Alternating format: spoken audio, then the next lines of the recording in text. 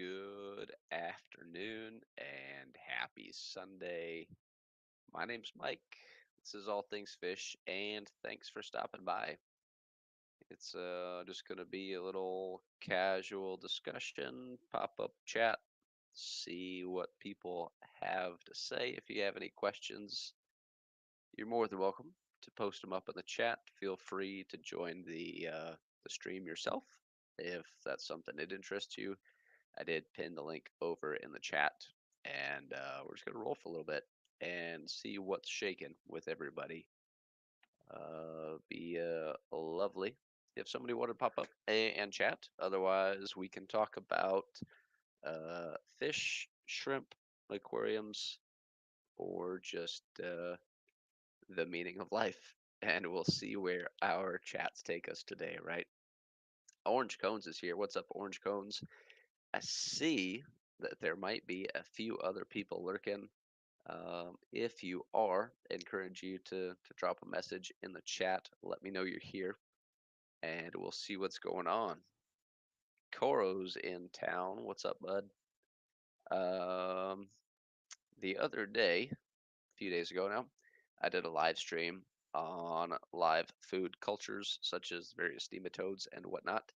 And CoroWorks actually won a set of starter cultures. So hopefully, Coro, you did some research, and whenever you make up your mind on what you want, let me know, and I'll talk to Pierre, and we'll get you squared away so that we can take advantage of this beautiful weather and get some things in the mail for you.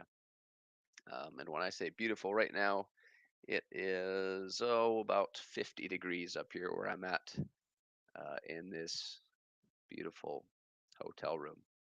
You'll notice that there's a little bit of a change of scenery from my stream the other day. Apparently, the hotel wanted me to move rooms, so here I am.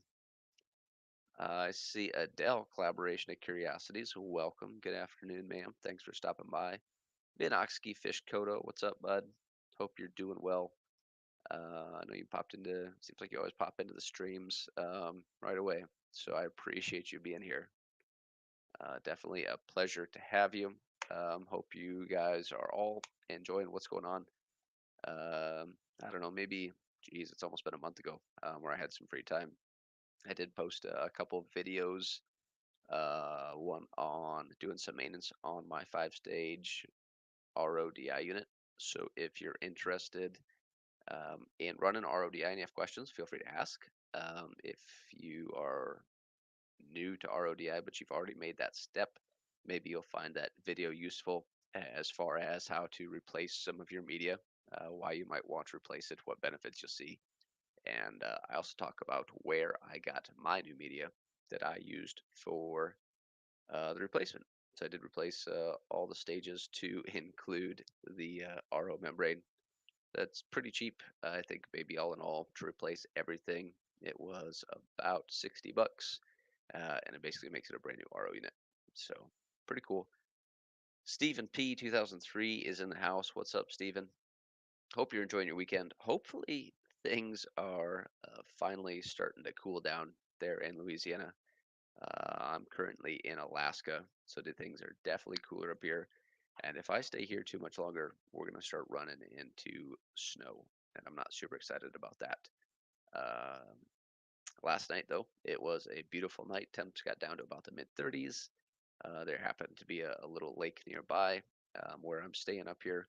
So we went out to the lake and we actually got to see some northern lights action. So that was pretty awesome. I had to wait until like midnight for the sun to go most of the way down. I wouldn't say it was all the way down because it was still pretty bright outside, but we were able to see the northern lights. I did post some uh, photos that I snapped quick over on the old Fishcord.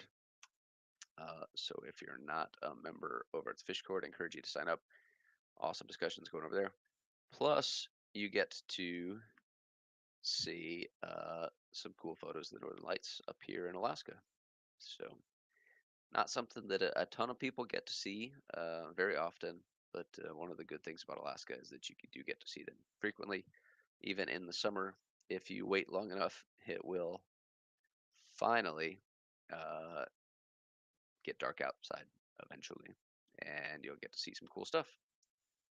Um, Stephen P. talking about that heat index is only 106. That's like 10, 15 degrees cooler than what it has been. So hopefully you're staying cool. How's the pond?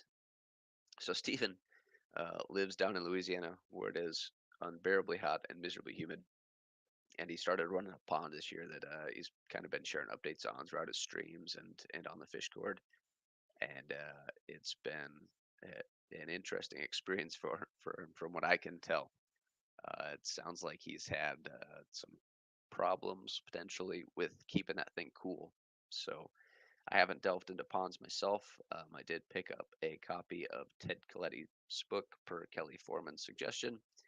So eventually, probably over the summer, do some research on that and read that book and pick the brains of these people that have tried it out before, currently running ponds. And maybe next year will be the year that I set up a pond. So I don't know. It won't be big. Um, I've got a spot along my garage that I could put tubs along.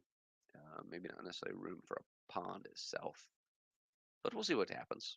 Maybe we'll come up with something cool.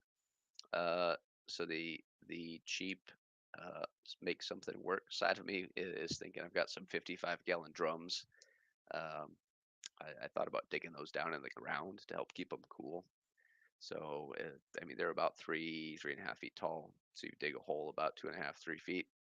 Unless you stick it down in the ground and then kind of plant some stuff around the outside of it to make it look fairly aesthetically pleasing.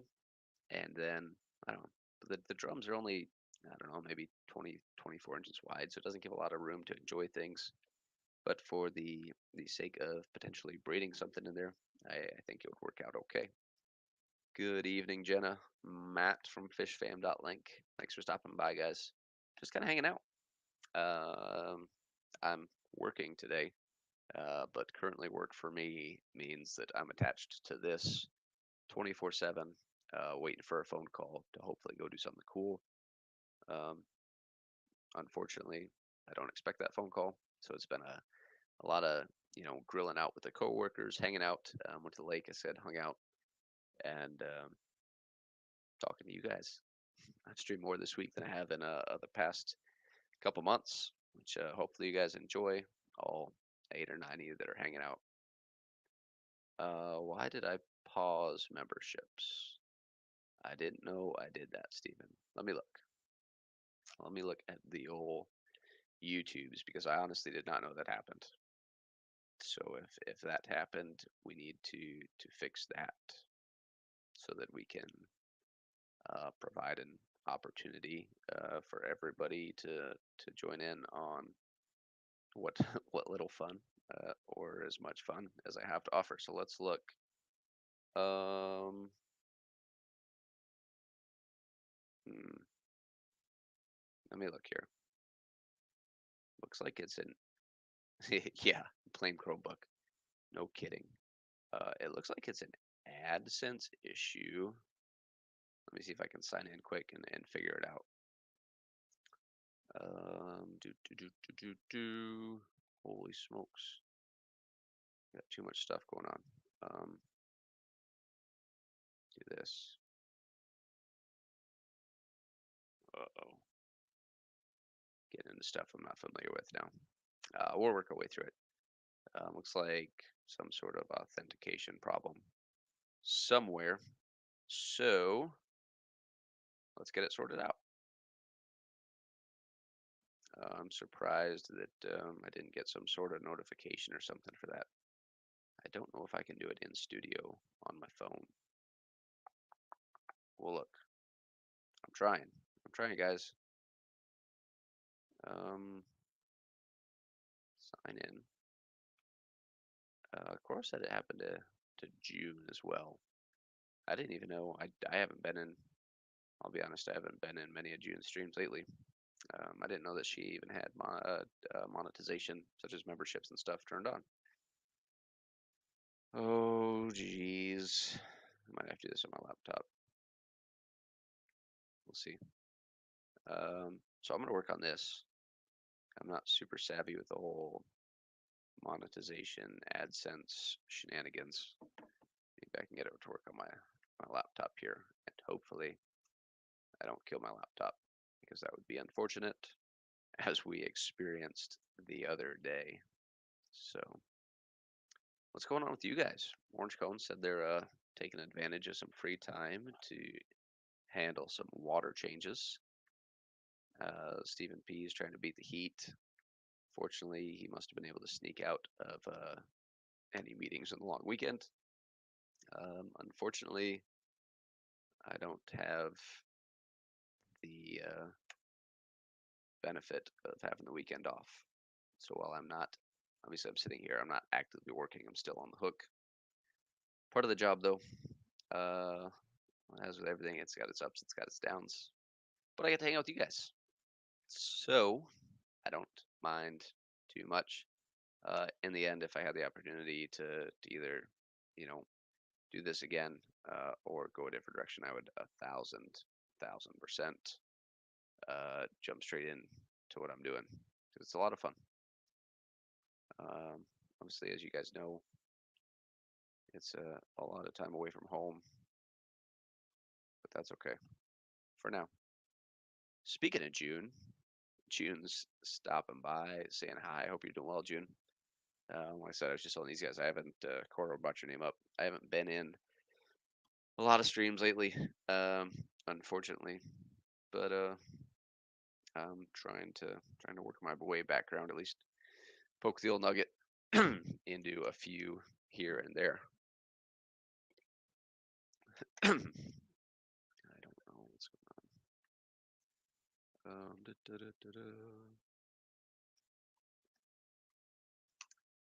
OC. Well, then what am I doing?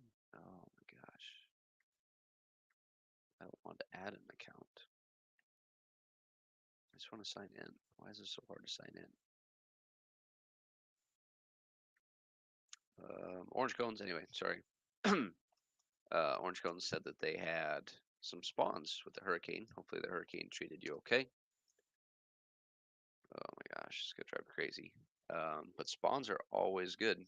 What spawn for you, OC? I know you've got some pretty cool stuff going on, so I'd be curious to hear what you ended up with. Myself, I've been gone for a week, so I have no idea what's going on in my tanks right now. Um, Wife takes care of them while I'm gone, and when I get home, it's always not always, but usually a pleasant surprise. She tends to take pretty good care of things. Jenna asked how long I'm in Alaska for. I'm up here. I've been here for about a week, and I will potentially be here for another week, maybe. Just kind of depends on what happens in the whole geopolitical sector, we'll say. Uh-oh. Numbers, numbers, numbers. So Jenna asked OC about the Farluella. Um, I've been talking to OC about getting some of the Farluellas. Um, but the weather is it's finally cooling down, but it has been damn hot, you guys. 27.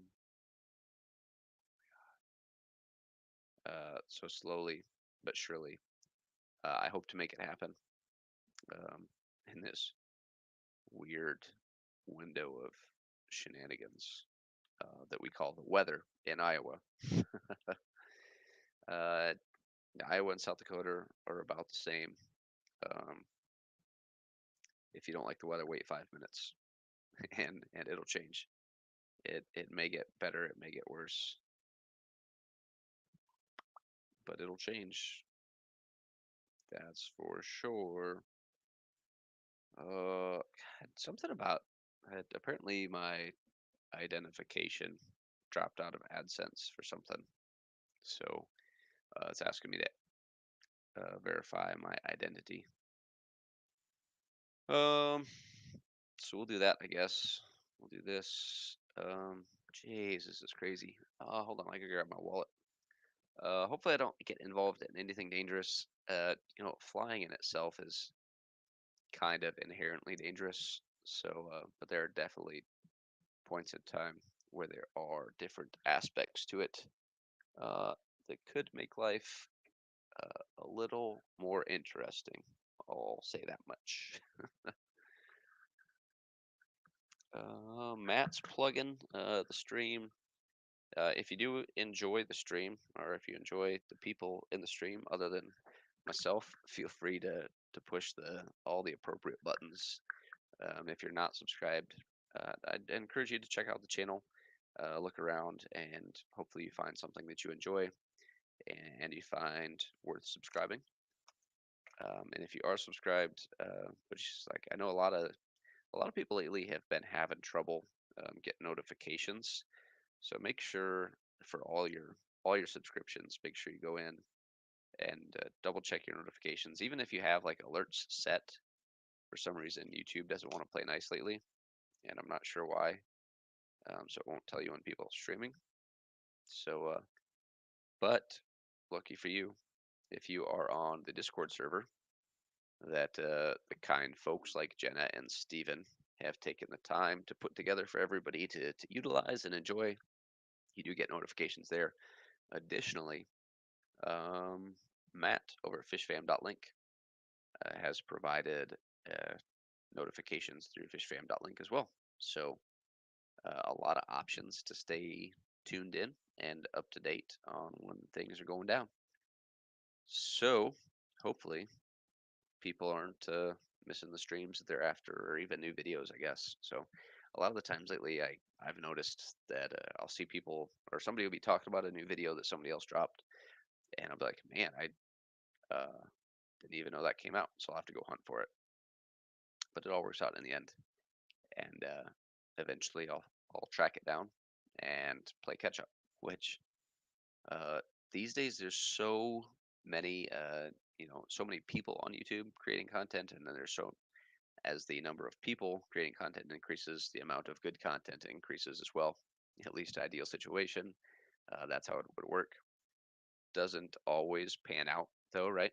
Uh, but it's harder and harder to keep caught up on content because there's so much cool stuff out there. And maybe it's cool just because it's entertaining, or somebody has a super cool fish, or maybe it's cool because you find some useful information out of it. But yeah, so that's cool. Um, the Farlowellas are at it again, and then is that the Carry Tetra OC in Packthese Carry? Let me go Google it because I'm honestly not sure. I know he keeps some strange oddball type stuff, and that's just not a name that I'm particularly familiar with. So I'm gonna go do some learning. We're gonna check this thing out and pick this carry. And let's find out. And it is indeed the Blue Emperor Tetra, or the Carry Tetra. All kinds of different names for it. So that looks like what it is. Super cool fish. I know Dan's Fish has offered a couple different varieties. There's some super blue strains, which I'd imagine are just line bred to enhance color, as well as the more natural strain, which displays more toned down colors. It's still beautiful either way. Um, Probably, it seems like it's kind of gotten big in the hobby the last year or two. Um, but it kind of resembles, if you're familiar with the standard Emperor Tetra. It's got the big bold stripe down the side, and then get some awesome purple coloration. Definitely an underutilized fish in the hobby, I think. I don't know if it's an availability issue or what. I know I've seen it around since I've been in the hobby for 20 years or so. But definitely a fish that deserves to be seen more. Oh man. Oh, we got 10 people in here. We'll hang out and we'll chat. If you have questions, feel free to post questions. Otherwise, we'll talk about whatever comes up to mind. And as always, I did post the link, should be pinned over in the chat over there. If you're interested in joining the stream, you're more than welcome. We can have a little discussion. I'm not sure what the schedule looks like specifically for today as far as streams go, but if you go to fishfam.link, you can most definitely find the schedule over there. Matt and Jenna do great work keeping that up to date. So, and then Matt, I know I asked you the other day. I don't know if I ever saw your answer. If you're still hanging out in here, are you still doing like the monthly giveaways for folks that sign into fishfam.link? Or is that moved to maybe like a Patreon supporter type of deal now that you've kind of got things spinning? So, or maybe Steven or Jenna know. J Rock does stuff. What's up, J Rock? How you doing, brother? Haven't seen you in a little while. Nice to have you here. Hope you're doing well. What's new with you, guy? Anything cool going on? You got all kinds of stuff. Uh, do here. Do this. Cool. All right. Calendar should tell us what I want to know. I'm just looking at fishfam.link. Um,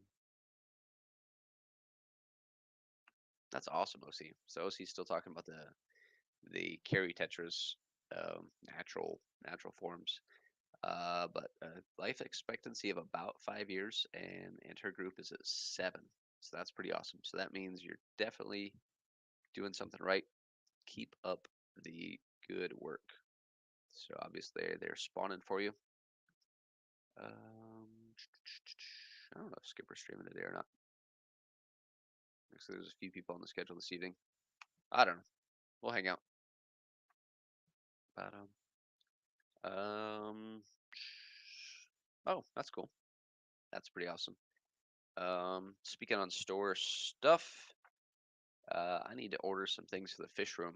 Um, so when I built my fish room, I basically just used leftover pieces and parts, which means that I used whatever airline I had laying around or happened to be conveniently cut for the length I needed it for. But I'm going to go ahead and upgrade all that. I'm going to go over, I'll probably use either like Gemco or Ken's Fish. I'm going to switch all over to the, I'm sure you guys have seen it, the silicone, the teal airline tubing. It just looks nicer, lasts longer. Um, and I'm just gonna get, so it's like a 200 roll. I think is like $30 or something. Over at Ken's Fish. Take a look quick. Do do do do do. Deluxe green silicone airline tubing. Is that the one I want? You can get a 200-foot roll of the green silicone. Just looks nicer, lasts longer, doesn't get brittle or stiff because it's silicone as opposed to the whatever they use, polyvinyl. $40, so 40 bucks for 200 feet. Um, Easy upgrade, make life a little bit easier in the fish room, tidy things up a little bit. I need to add some more taps onto my air loop, so I use 3/4 inch PVC for my air loop all the way around the room. There's a video in the playlist somewhere where you can see I kind of put that together. But I do need to, I've added a few tanks in different places where I need to add some more drops. So I just use the nickel self-tapping little air valves and button those up. And then I'm going to add some of this silicone tubing and cut everything to the exact length I want it. And boom, bada bing, bada boom. So that'll be should be a short project one afternoon. But you know how that goes. Oh, moved to Denver, quiet country. Oh, from dreadful Denver to the quiet country. Sorry, I thought you were moving to Denver. I was like, that seems like a bold move, Cotton. But that's awesome. Try to get them all used to the new water. Yeah, I'd imagine from Denver using some probably pretty crappy city water to something out of town. I'd guess that your water quality probably improved. I'm not sure. I think the water out there is fairly soft and clean. Uh, it's got to be better than Iowa water because Iowa water is dog crap. At least where I'm at.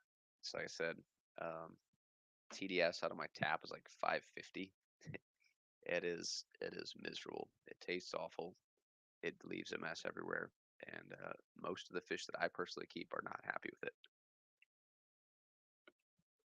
which is why I go through so much dang RODI.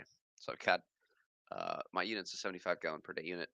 I've got it set up tied into two 55-gallon drums that are tied together, and then I have a pump off those drums to do all my water changes.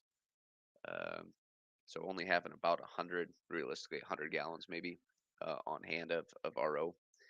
I've had to split water changes more or less into a 2-day event where I'll do half my tanks one day, half the tanks the next. That way, I just refill. And I use straight RO for some of the tanks, like the Chilathrina alleni, Wapoga. So the rainbows get straight RO.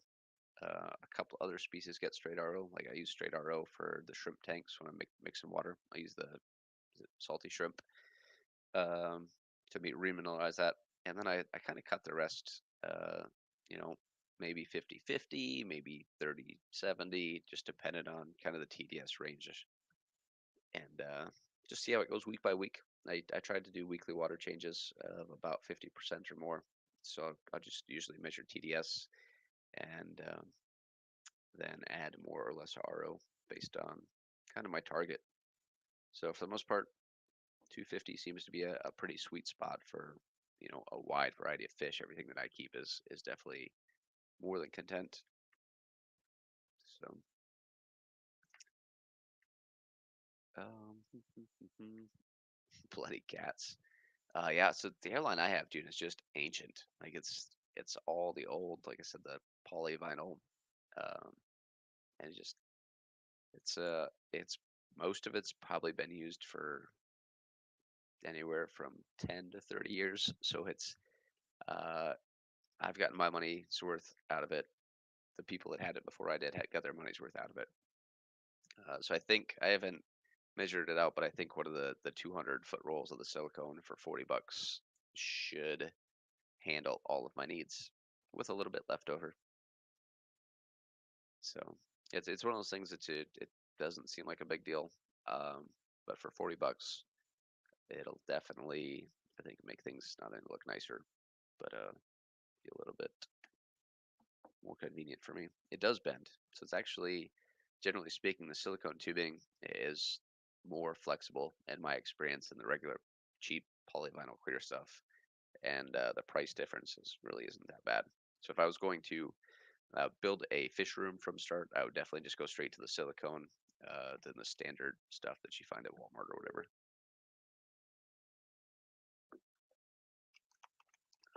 Zen Ginger stopped by. She's making dinner. What's for dinner, Zen? And what time should I be there? It would only take me, let's see, Alaska to Texas is probably a 6.5, maybe 7 hour flight for me. I am way up here, way out of the way. Plus, Alaska's gigantic. Like you don't realize how big. Like it's easy to like say, oh yeah, Alaska's big because it's just kind of it's West Canada. Like it doesn't really. It's hard to like actually grasp how large the state of Alaska is. It's absolutely insane. Oh, yeah, I could imagine that. So it'll probably take a little bit to get things, adapted over. Um, but fortunately for us as hobbyists, most fish are far more resilient and adaptable than we like to give them credit for. So I hope you the best of luck, Jay. If you stream or anything, I'll have to make sure that I've got notifications turned on for you, bud. Um, check out some new videos of the new setup and hopefully catch up with you. I gotta go look. I gotta make sure I got stuff turned on for you right now. 700 subs, Jake. Congrats. 700 is no small feat. I think I sat at the 500 or sub 500 mark for a very, very long time.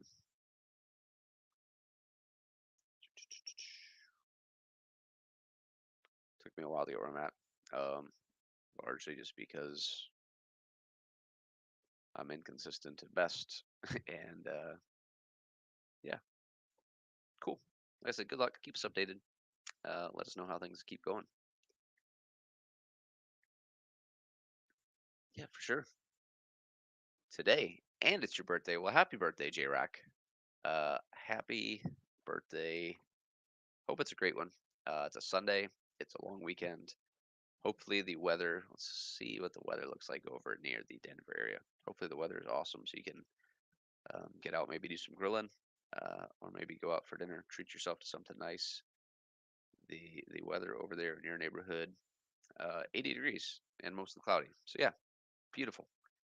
So everybody in the chat, wish Jay a happy birthday.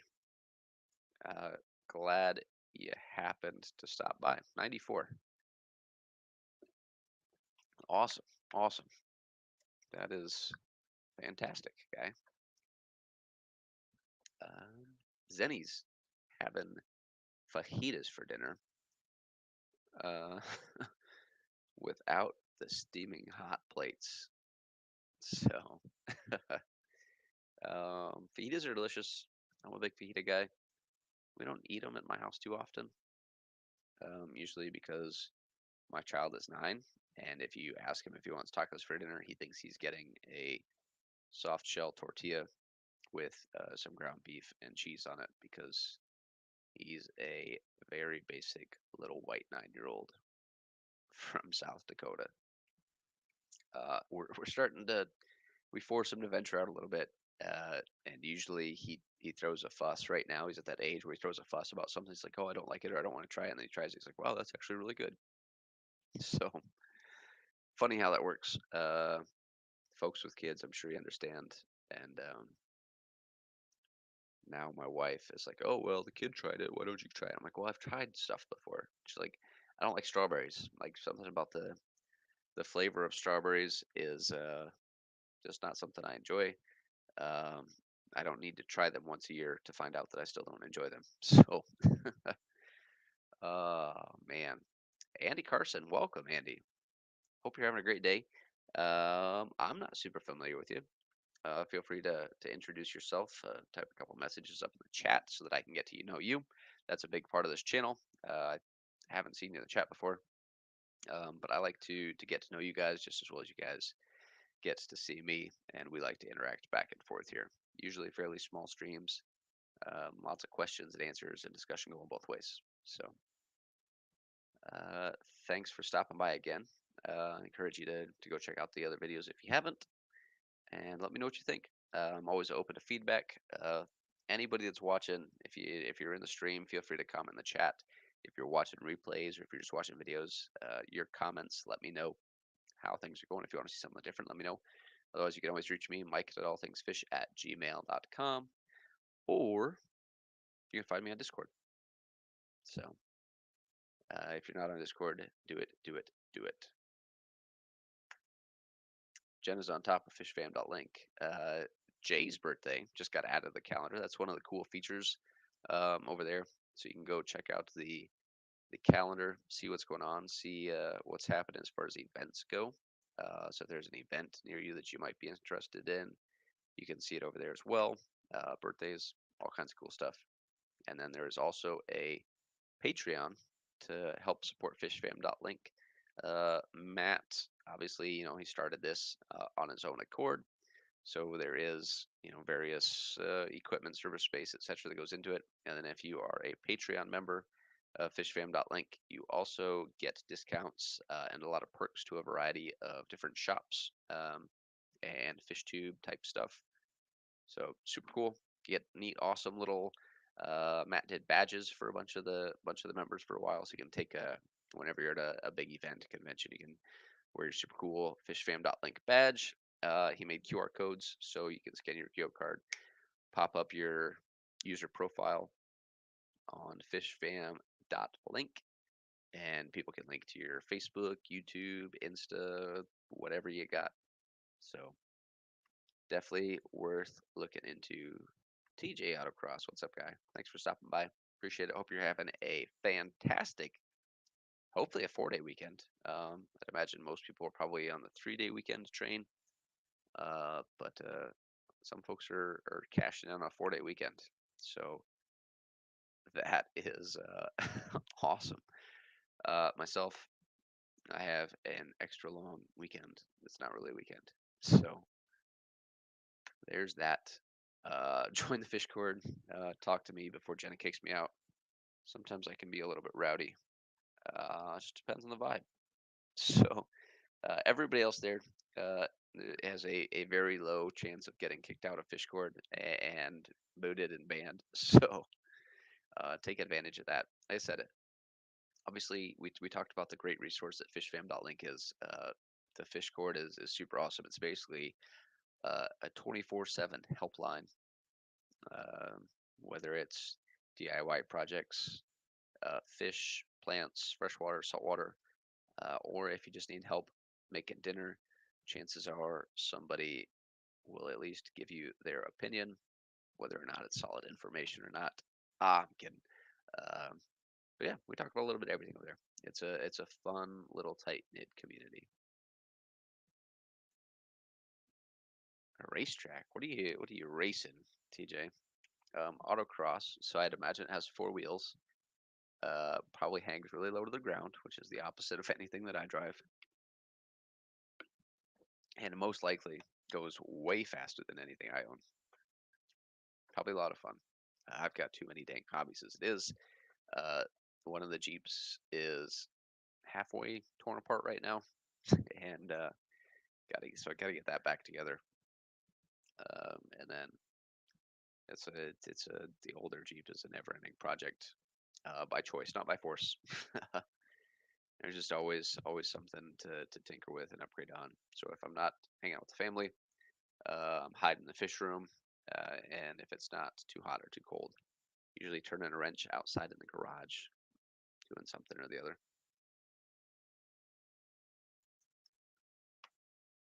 Do 4 day school weeks. Um, yeah, 4 day school weeks interesting. So when I was in high school, this was the late 2000s, we did what we called uh, it was I don't know, new at the time. They had block scheduling, which was more like college courses, where every other day you'd have different classes, and each class block was longer, so you'd have four classes in a day instead of eight. And I really enjoyed that. Gave you more time with the instructors, kind of more like I said, that college type vibe. I do think it helped. From what I've seen with like the kids around me, I do think it helped prepare everybody a little bit better, and it seemed like people did better generally as far as grades because they had a little bit of extra time with the instructor. It wasn't, whereas with an 8 hour class, or eight class day, you get about an hour for each class. So the teacher goes over the lesson real quick, and they're like, "All right, here's your homework. Go figure it out." So we had hour and a half, 2 hour blocks. So you got to go over the lesson, and then you got to work through your homework and really set things in. So I don't know. I enjoyed it. Annie's first time here. Welcome, welcome, welcome. Hopefully, you find it mildly entertaining and largely helpful. Try to lay heavily on the information side. This is one of the fewer streams, which is kind of an open, casual hangout chat and see what pops up. So, if you have any questions, feel free to ask. Let us know um, what your experience is. Looks like you planted freshwater tanks. I'm a big planted guy myself, so I try to stick to one dedicated planted tank, and then all my other tanks are geared more a little bit towards breeding. Um, so various stuff from shrimp to guppies to plecos, but definitely planted heavy mindset. Ba-da-ba. What's up, NLA? New local Austin's in the house. Happy Sunday, guy. Nice to chat with you. Appreciate you stopping by, hanging out for a little bit. Track car, free track, and old, awesome. That'd be super cool to see. I've always enjoyed like autocross stuff is fun to go watch. I think NASCAR is boring if you ask me. Uh, but stuff like autocross is actually fairly entertaining. I enjoy it. Oh yeah, drastically different. Um, Steals your money just the same. But oh sweet, you got all kinds of videos. Uh, so we'll go watch some autocross videos later from TJ Autocross because that would be super cool. Um, One of the things that's popping up locally lately, not quite autocross, off-road racing, where it's not necessarily like the rock crawling type. It's more of think like Dakar Rally, maybe, or just uh, mid-sized vehicles with various classes, just like you would see in any race series, anywhere from stock type up to heavily modified buggy type, all running on the same track at the same time. So that's cool to see. Definitely fun. And nano fish. I am like I can appreciate big fish. I'm also, I wouldn't say nano fish, but I tend to lean towards things that maybe get 3.5, 4 inches and under. So, like I said, my biggest tank right now is a 125. So the largest fish I currently keep uh, by mass is probably Cryptoherus nanaluteus, um, which is a beautiful fish, fairly mild mannered, easy to spawn, and it is a carrier species. So that's a fish I'll probably hang on to for a while, whether I'm actively spawning them or not. But it's just a beautiful addition to particularly planet tanks. Even though you get some of the yellows, if you get like the Mania pedicellata, like the golden color, you get some good yellows out of it. But just adding a good sized yellow fish with real distinct black markings and bright blue eyes in the tank, it's something else. Definitely cool. I currently keep it in the 125, so I moved some Chilatherina alani back in the 125 for now, and that's kind of the display. I think when I rescape it, though, I'll probably pull all the fish, and I might go more towards like a large school of smaller tetra types, and then potentially a different type of rainbow. We'll see. There's some super cool stuff. Johnny from Dan's Fish posted a picture in the fish cord yesterday of the Alani red version, and that is a super cool fish. I'm also partial to like Parkinsonii and Parva. I just think like the big orange rainbows. Um, I just think they're beautiful. Unfortunately, in the planted tanks, the way my 125 looks, I just have so many oranges and reds often that they kind of get lost. So, 13 tanks running.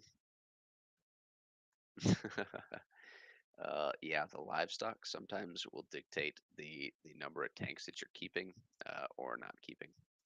And Jay said it is too much. It's easy to get in over your head as far as having too many tanks. Like you add a new tank, you're like, oh well, I want to do this, and you add a new tank, and you add a new tank, and you add a new tank, and before you know it, you have so many tanks it's hard to keep up. And then summer hits, and you're on vacation or whatever, or work gets busy. Maybe you travel for work, and it can turn into a little bit of a headache. So it's a delicate balance sometimes, which is largely why I have the entire room downstairs, which you can see in the videos. There's a playlist dedicated to the fish room, so you can kind of see it in there. I have maybe 30 pieces of glass, but at any given time, only maybe 15 of them have water in them. I just use different sizes for different stuff, whether it's spawning or grow out or particular species. So it can easily become too much. I totally get it. Um, and my fish room ebbs and flows as far as success based on whether I'm on a long work trip or whether there's a lot of work trips, or if I get some time at home. So goes life. Um, I enjoy it. A lot of people ask why I even try to keep a fish room since I've gone so much, because it is work, and it can be a hassle sometimes. But I definitely feel that the rewards that I get personally from having the fish room, beyond, obviously, if you have a game plan and stick to the game plan, you can make a couple bucks. Like I'm able to sell stuff out of the fish room that funds my hobby. I don't do it to make money. I just get a couple bucks to buy something cool that's new. So that's how it goes. But if I have a big work trip coming up where I'm gone for maybe two or next year it'll be 3 months, I'll definitely downsize and get rid of some species. Maybe just sell them off or give them to friends, and then maybe I'll get that species back later. Maybe I'll move on to something else. I like to mix it up. Um, sometimes, uh, sometimes you get bored of fish, or a fish, or group of fish, and it's nice to have success with them and be able to enjoy them and have success. But after, sometimes it's something like a guppy. Like you may have a super cool stranded guppy. You can produce, 3 generations of guppies in maybe a year or two, and then you get bored of it and move on. Other fish, if you get into like compressiceps and calvus, like the Lake Tanganyikans, um, it may take you 5, 6, 7 years to grow that fish out and be able to spawn it. So maybe you get bored of the process. Maybe the reward at the end of that wait makes it worth it. So Zenny says live bears are the problem.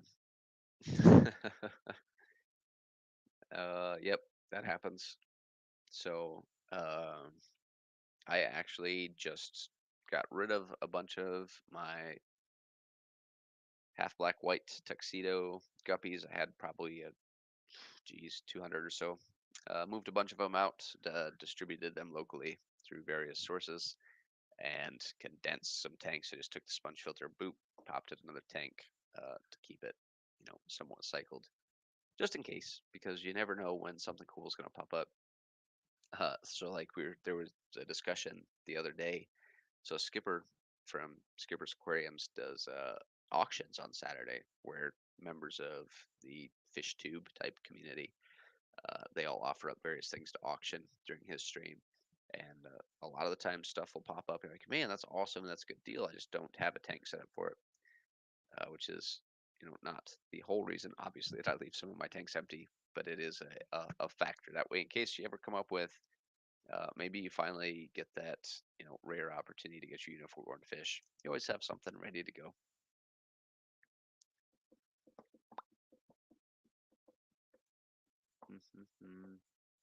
Everything's down the road, Jay. I keep telling myself I'm gonna do all kinds of stuff. Oh, now it's down the road.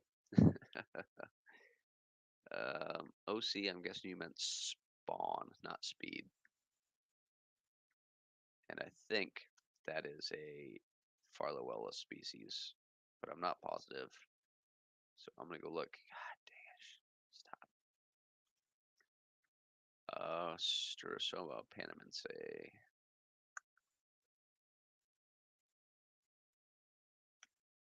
which is indeed a Farlowella species. So the royal Farlowella. So I don't know a lot about Farlowellas, but I know I want some from OC to put in the 125. I don't know if they'd spawn in there.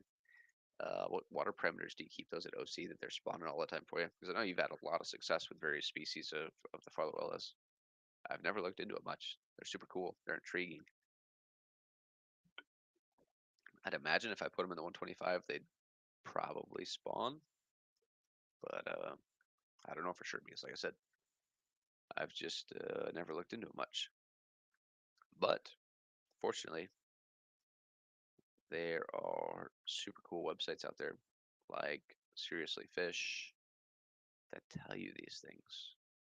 Or even better, since we're talking a twig catfish, i.e., Farlowellas, we have a super awesome resource called planetcatfish.com, which I'm going to risk it here. I think I'll be able to share this. The other day, the old computer did not want to play nice.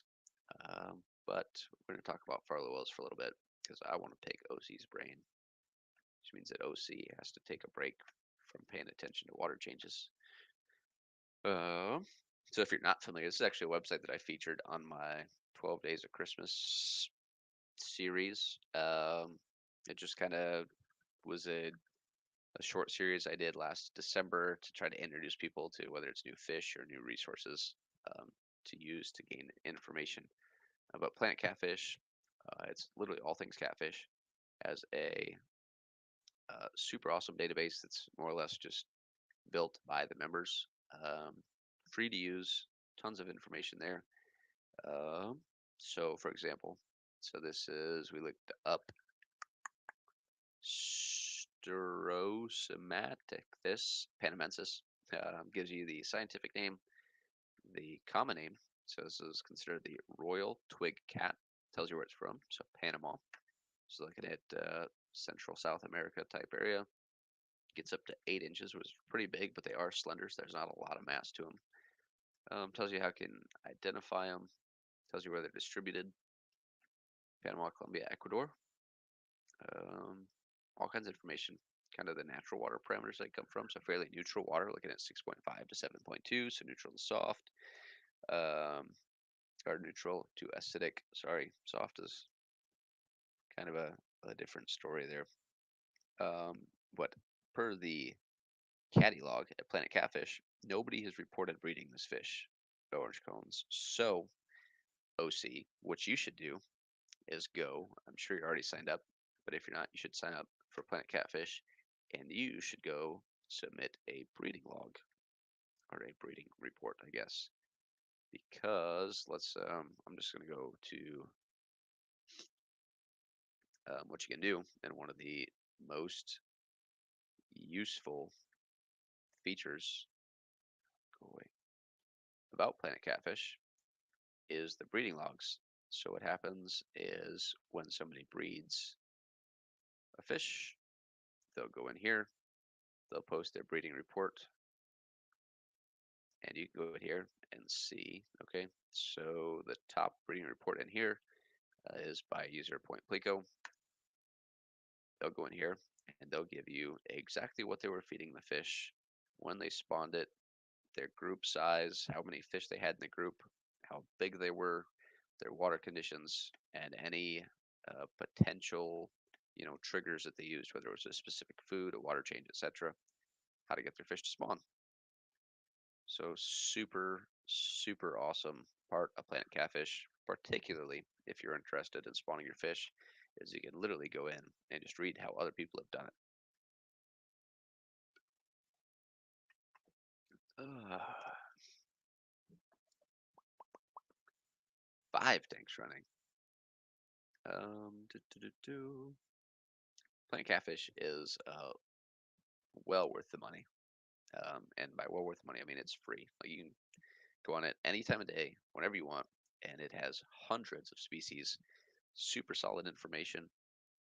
Um, Obviously, like I'm no expert, but everything that I've found on there has proven to be pretty accurate. And it's just like I like to breed stuff, so the breeding reports are super useful.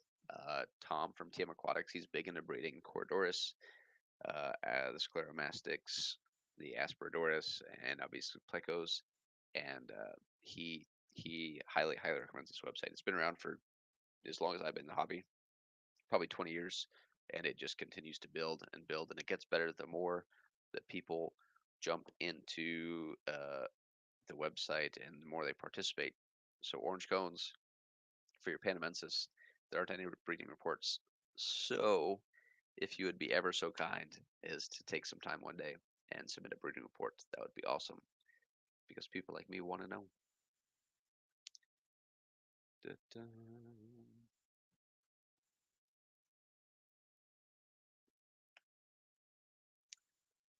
Steam has 21 tanks.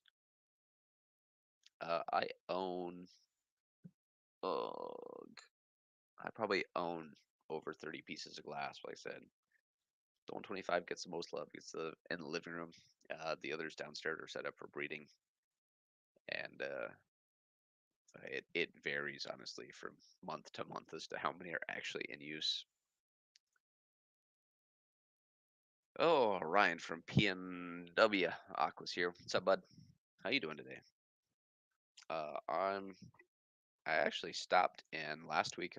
Well, yeah, exactly a week ago. I stopped in Spokane on my way up here to Alaska. I don't remember exactly where in the old Pacific Northwest you're located, uh, but I probably flew fairly close to where you are. So Spokane's not bad. I don't know if I'd want to live there, but we stop there every now and then for a night or two for work. So hang out. So orange cones basically says they spawn in anything. That's the gist of this comment, I think. Um, so maybe it's just one of those things that's so easy to spawn that nobody's taking the time to submit a report. I don't know. Is it hard to raise the fry at all, OC? Like it's one of those fish that like spawns easily, but not many people have a ton of luck raising, or what's the scoop there? Cories are 100% addictive, so I started looking into cories for a while, and then the cories that I wanted were, at the time at least, more money that I wanted to spend for them. But they all spawn fairly similarly with similar triggers, although there are definitely some that are much more difficult than others for unknown reasons.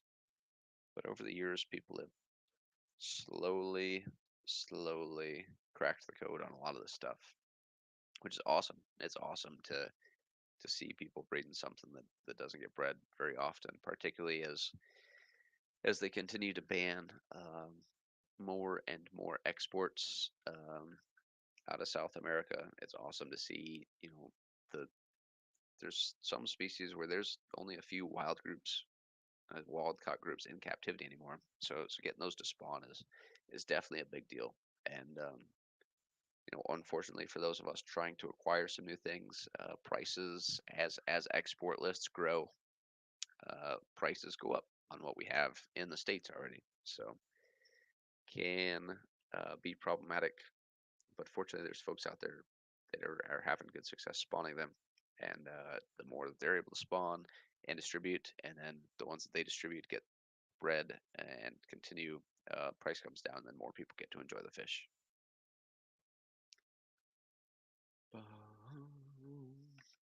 I hear you, J Rock. J Rock mentioned that he downsizes as his interests change and wants to spend more time on their stuff. Um, I feel you 100%. We're talking to TJ Autocross about working on cars and stuff. Um, one year I may be super big into Jeep stuff, and the next year I may be big back into fish stuff. So it's where my money and resources, as far as time and whatnot, go, uh, vary from from month to month. Maybe there's a big Jeep event or something, um, that I spend a bunch of money on Jeep parts and working on Jeep, or maybe there's a fish swap coming up, so I save my money and go dig through the couch for pocket change to take to the fish swap so I can buy some new stuff.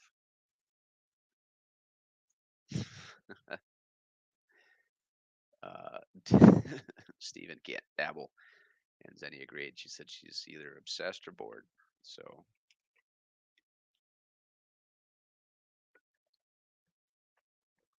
oh, man,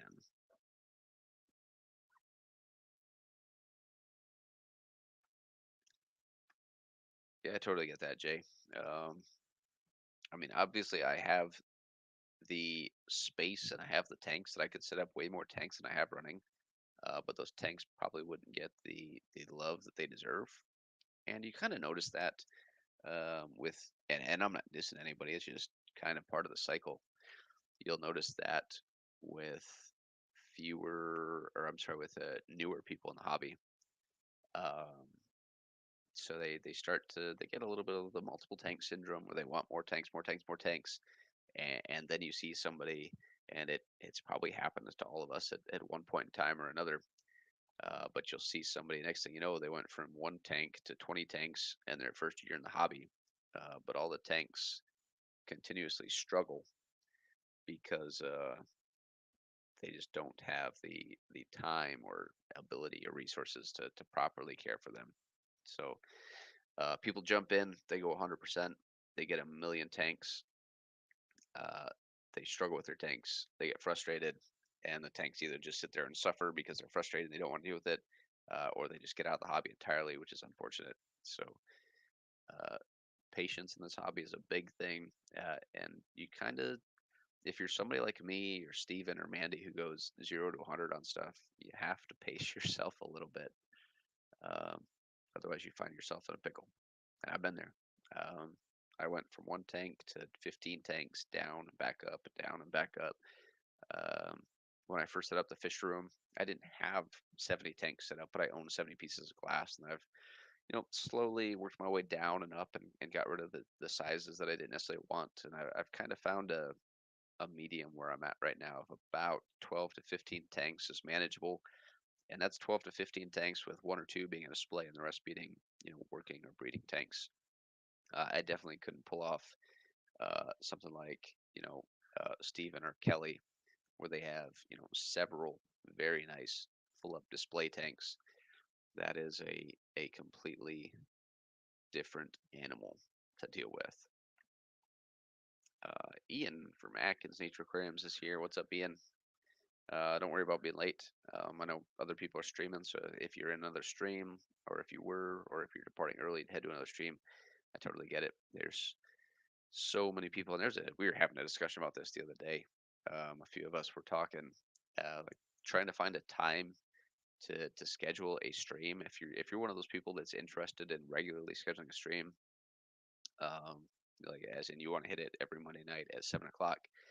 Uh, Back in the day when there were fewer content creators, it was easy to just say, "Hey, I'm going to stream every Monday at 7 o'clock," and then everybody just went to that stream because that was the only stream that was on. But now, unless you pick some absolutely bizarre time, or if you're on the wrong side of the world, like our friend, like Craig and Adele, um, you're going to stream at the same time as somebody, and that's just a fact. And don't take it personally. If somebody streams at the same time that you are, it's just there's only 24 hours in a day, folks. Don't take it personally. Um, if you are worried about, if you're one of those people that's all about the numbers, and if you're worried about the numbers, then just make your content worth watching. There's a lot of people that stream regularly, and it might just be sitting down, hanging out, bullshitting, more or less like this, with even less information and no specific topic. And if you provide content that's better than that, then hey, you win, and people are going to watch your stuff. If not, and like I said, if you obsess over the statistics and you want 4 million people in your stream all the time, then make your content worth watching over somebody else's. Let that inspire you to be better. Don't go full on clickbait, thumbnail, title shenanigans. Don't be dramatic about stuff because, at least for me, that is a major bugaboo. Da-da-da, da-da-da. Craig stopped in. We mentioned that today, Craig. Even though you're on the wrong side of the world, hope you're doing well. We still we still love our folks from the southern hemisphere up in here, up in here. Da, da, da. Exactly, Ryan. So it's just variety. Like I'd rather see 5 streams going out at the same time, all covering different topics, than one gigantic stream with 4,000 people in it. I personally enjoy the smaller streams. Like, and when I say smaller streams, I'm talking like 50 people and down, where there's actual interaction. You get into those big streams, it's just, it's one person talking, and then generally it's monetized. So if you have a like legitimate question, and you're trying to gain something out of it, you gotta, some of them turn into a kind of pay to play thing just because all the other stuff just gets lost in the mix.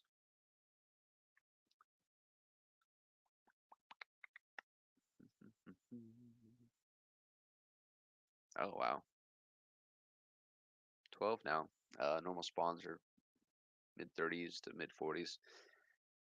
Hope for the best, OC. I don't even know what you would feed those guys as fry. Obviously, I'd start with your live foods, but just considering their feeding habits, I'd assume you'd want a lot of biofilm in the tank to offer them a little bit of variety. I hear you, Stephen. Even I have one display tank, and not once in my life would I ever consider it in immaculate shape because it just kind of exists sometimes, especially like if I hit the road for 2 3 weeks at a time or up to 2 months, it's just going to be what it's going to be. That's all there is to it. So when it looks good, it looks good, and when it doesn't look great, most of the time it still looks, you know, uh, by a lot of people's standards, still pretty decent, which is the goal. I'm not shooting for a zero maintenance tank that looks perfect all the time. I'm not looking for a high maintenance tank that looks perfect all the time because I gotta trim a quarter inch off of the hair grass every day to keep it exactly at 17 30 seconds of an inch. But it's cool to cut it down and then watch it develop and grow back because each time you cut it down, it grows back a little bit differently. Maybe one plant uh, grows a little bit faster than the others, so it branches out and it kind of like if you cut it down, like I like to cut them down real low and then just let it grow and let it become its own scape and see what it turns into.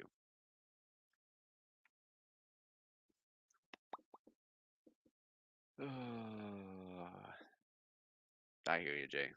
It's the most tanks I've ever moved was maybe five, and I would it's a headache to move. I mean, moving tanks isn't impossible and it's not awful until you have a lot of them to move. I'm down, Ian. Let's figure out when. My name crashed them off mostly algae issues.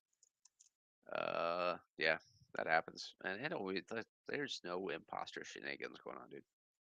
Don't worry about it. We're all in the same boat for the most part. There's a few outliers. 65 gallon cichlid tank. What cichlids did you put in there, Ian?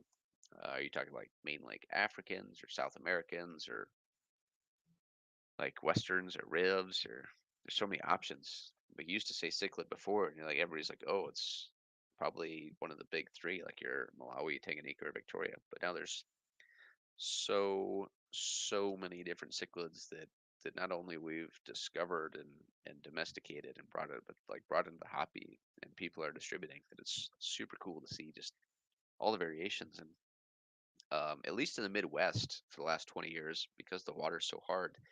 Yeah, it's just people, played that to their advantages. So around my area, Main Lake Africans were the big deal, and everybody had a million Main Lake Africans, whether they were fronts or peacocks or haps. Um, but it was, that was the majority of it. And then it was kind of interesting, at least from what I noticed. People got bored in Main Lake Africans, I think, about the time that Apistos started getting big. This is when, and when I say when Apistos started getting big, I mean like you had your Apisto, like your cockatoides, and then when you had like double reds and triple reds, like that was the thing. And you used to like Apisto Dave on Aquabit was the only dude selling Apistos.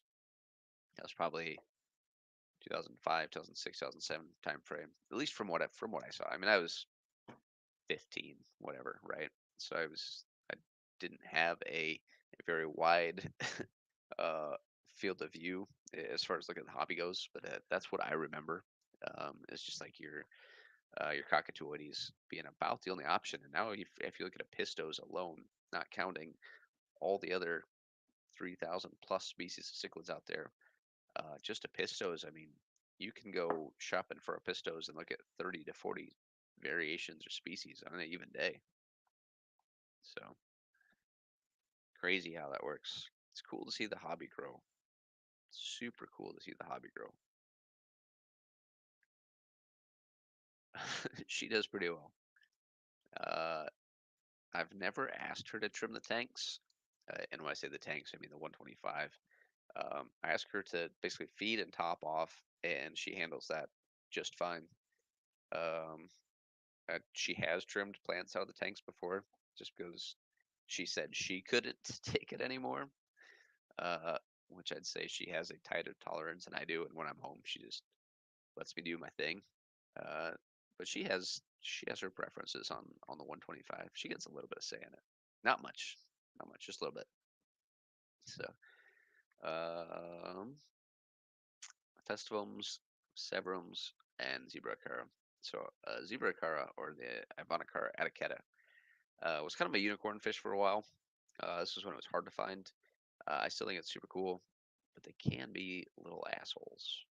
I've never kept them. One of these days, I'd like to keep them. It's never been available locally for a price I wanted to pay. It's somebody that shipped some in. and maybe they weren't the healthiest, or maybe they just wanted too much money.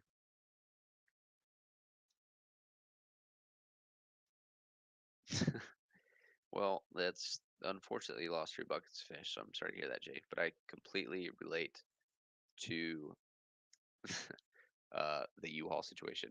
So my fish room is basically composed of pieces and parts from two other guys' fish rooms, and so I moved down to Sioux City, which is about an hour and a half south of Sioux Falls, South Dakota. Their fish rooms were in Sioux Falls, so I took U-Haul up, loaded one fish room up, brought it back, unloaded it, and then took the U-Haul back up another hour and a half, loaded up the other fish room, brought it back, and then over the past 3 years, I've kind of sorted through things I want and don't want, and used all of the resources and equipment that I got from them to build something that works for me and my goals. And at the end of the day, that's what it's about. That's what it's about. Just because somebody has a super cool fish room that works awesome for them and they built it the way they want it, doesn't mean that you'll enjoy that fish room, right? So while you get a good deal on the equipment, you may have to make some tweaks here and there, set things up, potentially swap some of the equipment to something that's better suited to what you want. And as hobbyists, that's what it's about, is making something that works for you, whether that's one tank and you do something in that one tank that works for you, or whether it's a 50 tank fish room. You have to set it up to make it convenient for you and set it up in a manner that lets you achieve your goals. And sometimes when we see people asking for advice on YouTube or Facebook or wherever, it's easy to, and I'm just as guilty as anybody else. It's easy to take our own goals um, and what am I trying to say? Not inflect, but push our own goals on other people, and maybe that's not the best advice for them. So what I always do when somebody asks for advice, one of my first questions, if they don't include it in their question, is to ask their goals so that I can try to cater my opinion or advice or point them in the right direction of information that will help them achieve their specific goals. Because Stephen might set up uh, a big planted tank, and I might set up a big planted tank, but we don't have the same goals or interests necessarily. So, what I would tell him to do with that tank may not be what he needs to do to achieve his goals. Bum, bum. Fronts and geos. I don't know. Fronts look cool. They can cost a lot of money though, and I don't, they just don't do it for me. I've seen some really nice fronts, and I appreciate a nice fish, but they just don't do it for me. I'm just not into a tank full of big fish, I guess. Like if I was going to keep Africans, and I do keep a few, I'd rather see a tank full of shellies like Cautopunctatus or Similis or Multifasciatus than some big peacocks or something scattered in there. OC's talk about fading the farther well left right. That's about what I expected. So I have all that on hand. Um, Hopefully, OC next couple weeks once I get home, I'm gonna hit you up and we'll see if you have any available. If I can get some of your farther wells up here.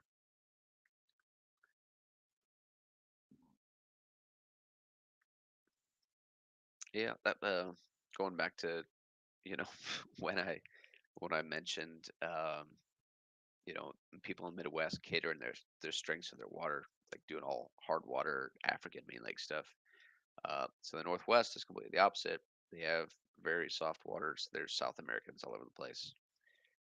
So not that I would live in the Northwest, but they have excellent choice in fish. And maybe I'm partial. Maybe there's people in the Northwest that all they can keep is softwater fish because it's so soft that they just wish they could keep some peacocks or something. I don't know. I will say it's easier to make water harder than it is softer. So I envy your water conditions, Ian. Uh, you and me both, which is part of what gets me in trouble sometimes. Membership is back. Well, congratulations, Stephen P, for once again being a member of All Things Fish. Support is much appreciated. Oh, and I just got a notification that my membership's been unpaused. So it's funny between like you see the content creators like myself and Steven. We both paid the same exact amount to be a member of each other's channel, which means that the only person that really wins is YouTube. Uh, but it's a way for us to show our support for each other, right? So congratulations, YouTube. Here's your 66 cents. And in the meantime, Steven and I are going to do Steven and I things.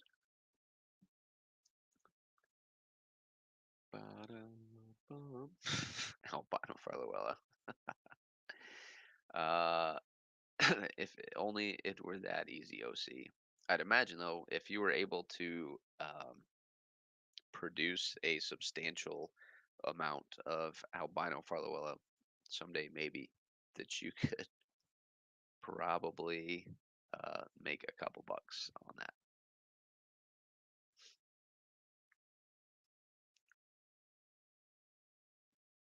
Um, which tank Sukarno is going into? Let me know when you move that Sukarno out, Mandy, and I'll send you some smaller ones to take its place because I still have a bunch to get rid of. So,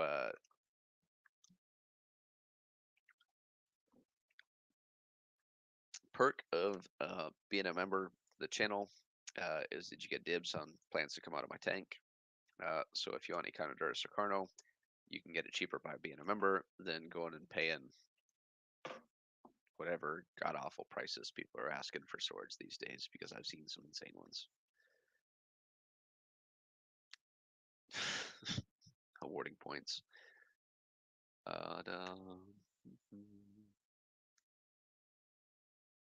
Yeah, that would be frustrating, Stephen. So, for those not reading the chat, Stephen mentioned that his parents basically have RO out of the tap and won't set up an aquarium. Meanwhile, Stephen's down in Louisiana fighting his water left and right and trying to deal with plants and softer water fish. Like it can it can be a little bit of a bear for some of us. Yeah, Zen, just refresh. Just refresh. Hurry up, refresh. Get your thing back.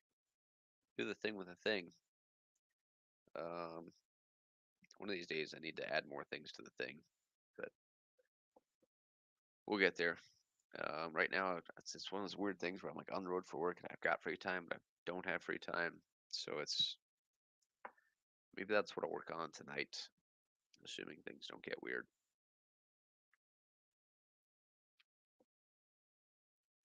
Um, Ian, I know you and I have been talking about it for a while.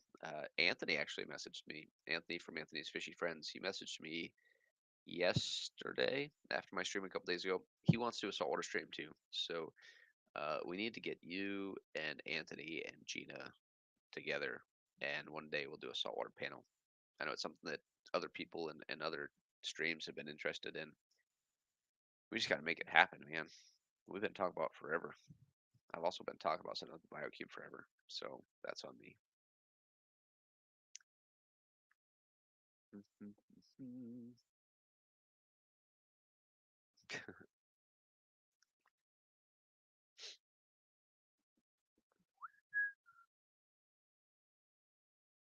That's crazy. So, Steven, what's your TDS? Like 40 minutes. Obviously, like, I've seen people have like drastically different water parameters, like 10 miles apart. So maybe somebody's in a well or they're just different municipality or whatever. Like, I'd be curious as to see what your TDS is compared to theirs 40 minutes down the road. Like you said, your water treatment facility um, buffers the water. Apparently, theirs does not. I'd be interested in seeing just how much they really buffer it, I guess, because it's funny to see how that happens. Excuse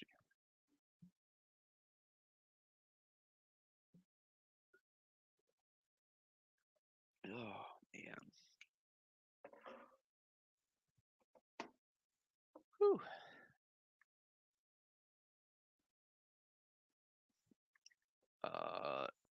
J Rock's at 90 after he adds Prime. I would kill for 90 TS water. I would save so much effort moving RO around, but alas, Iowa sucks.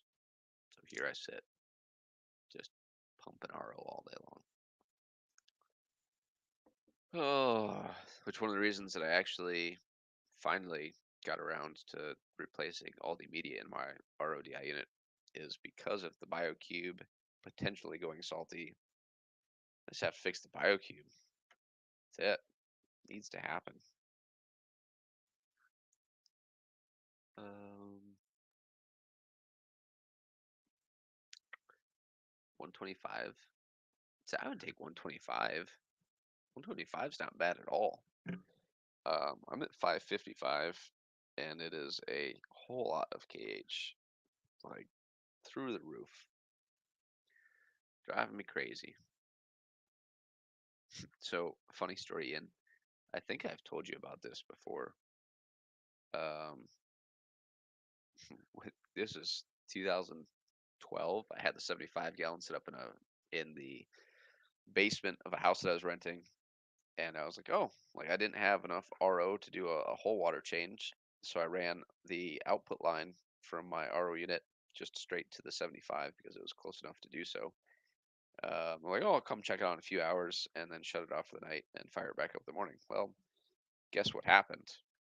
Somebody happened to fall asleep, and when I woke up in the morning, uh, there was a lot of water on the floor, and I don't know if the landlord ever found out about it, but if they did, they probably wouldn't be super happy. So that was a headache I had to deal with, and ever since, you know, 55-gallon drums with a float switch to shut that bad boy off are my best friends. Wife definitely appreciates it as well, and then I just ponied up, spent the money on a pump, and I don't haul buckets. Hauling buckets sucks. Yeah, no kidding. I hear you. Uh, a lot of that cage is what'll do it, man. It's brutal.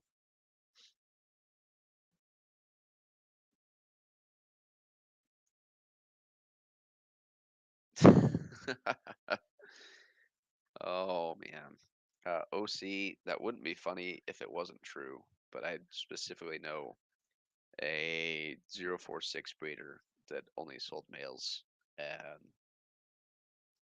and you're protecting your corner of the market, I guess.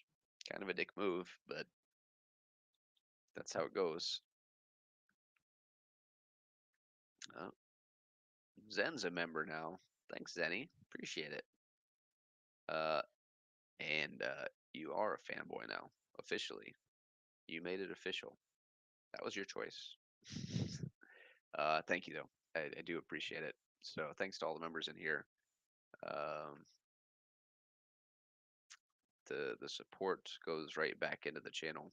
So whether that's through giveaways or shopping sprays or whatever, we're gonna do fun stuff with it.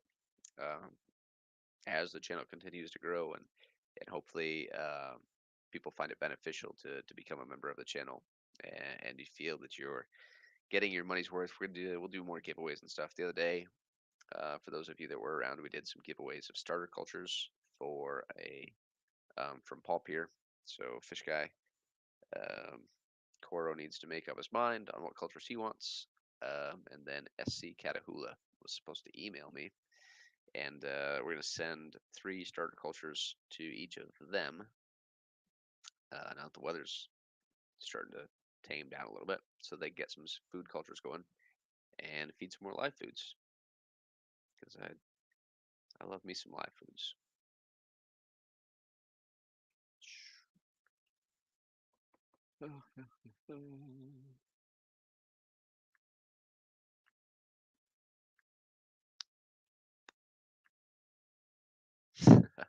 Kind is an understatement. You're not wrong, Ian. You're not wrong.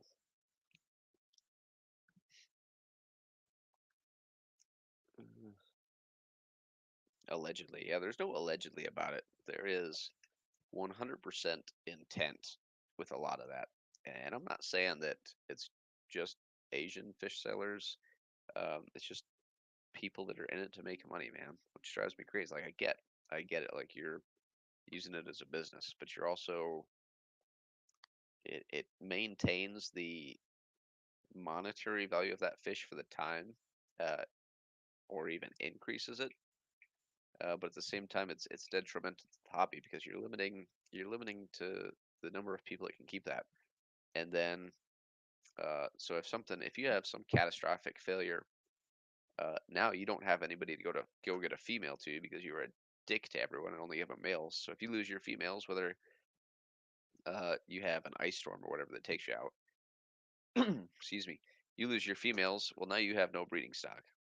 So what did you just do to yourself? You put yourself in a corner,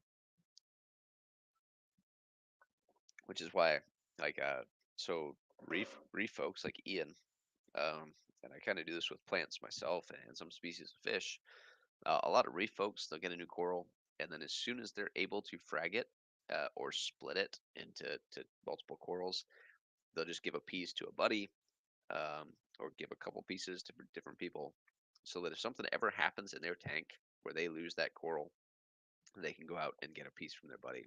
Um, so you can get a cool, like if you get a decent little friend group, or maybe like in a club, something's going on, people just kind of move corals back and forth to protect the coral, right?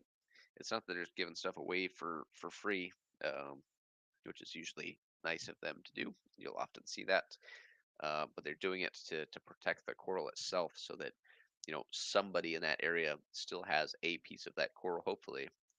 Particularly if it's something that's fairly rare, fairly difficult to get your hands on.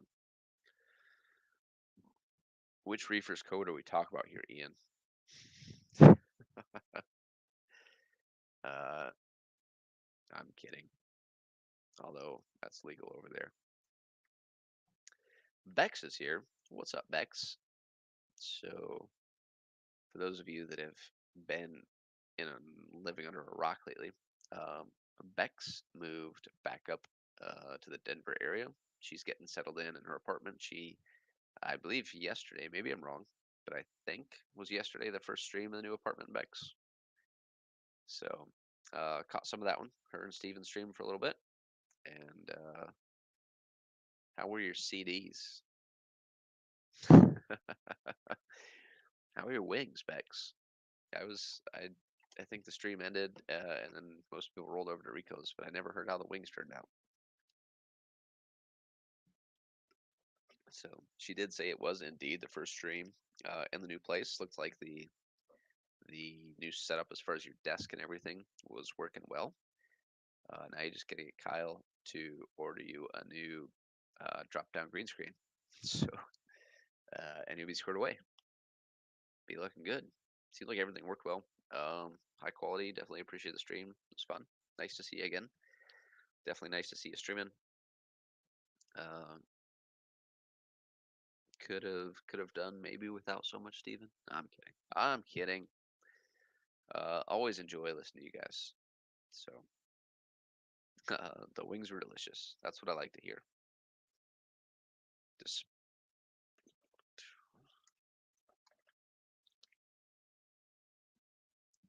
Bex, with the move to your new place, did you change anything up with like your streaming setup? Or is it pretty much the same setup on a new desk and a new location?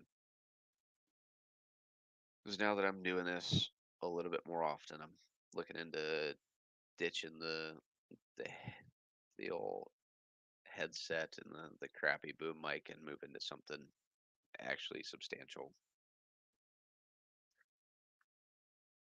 If she shrank you down to half size in OBS, now we're talking. So if we had like if Bex covered this much of the screen and Steven covered like this much of the screen, then it'd be more tolerable, I think.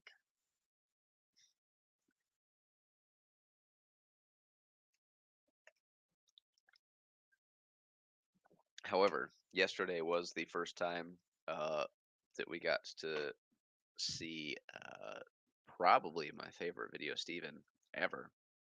It's then. So I did enjoy that.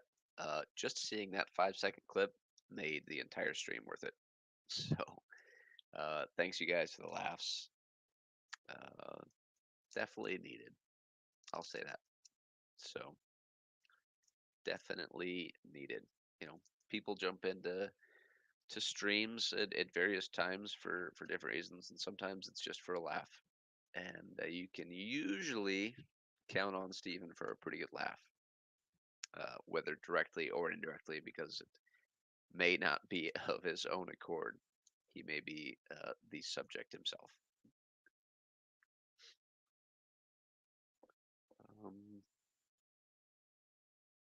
that's awesome. Glad to hear it, Bex. Sounds like you're getting settled in nicely and looking forward to seeing the non-existent aquariums progress now that you're kind of getting things set back up.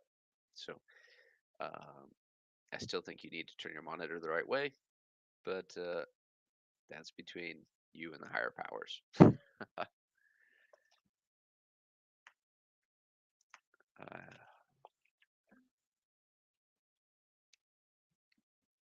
Talking too much, getting thirsty. Somebody else needs to come up on the stream. I've been. This is the. I obviously haven't streamed much lately, but this is the third stream in a row, I think, and twice this week where it's just been me up here babbling. I need to find a co-host. Problem with finding a co-host is when you don't regularly stream, is that sorry, you got to find somebody that you can just randomly pop up at the same time.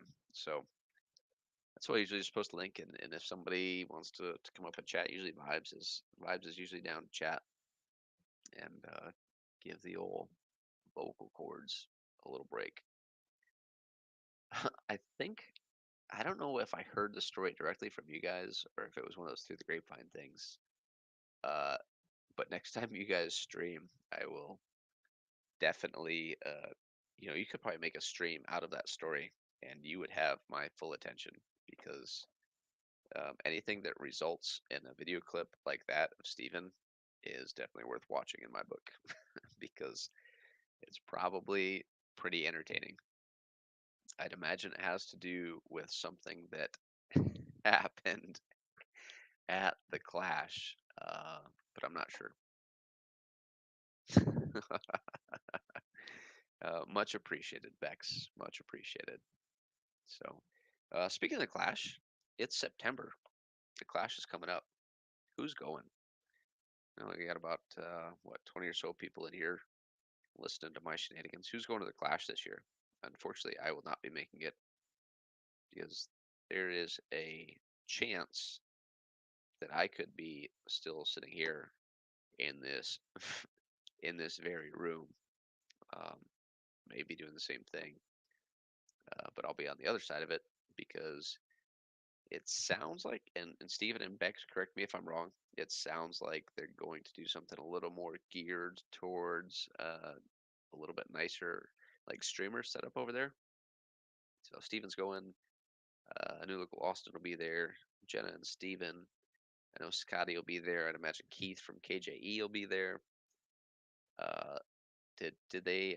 I thought they were talking about setting up like a streamer's booth and having you guys kind of live stream during the event a little bit more this year, which gives those of us that don't get the opportunity to go. Honestly, I don't have the opportunity. It's not in the cards this year. Unfortunately, I'd love to go.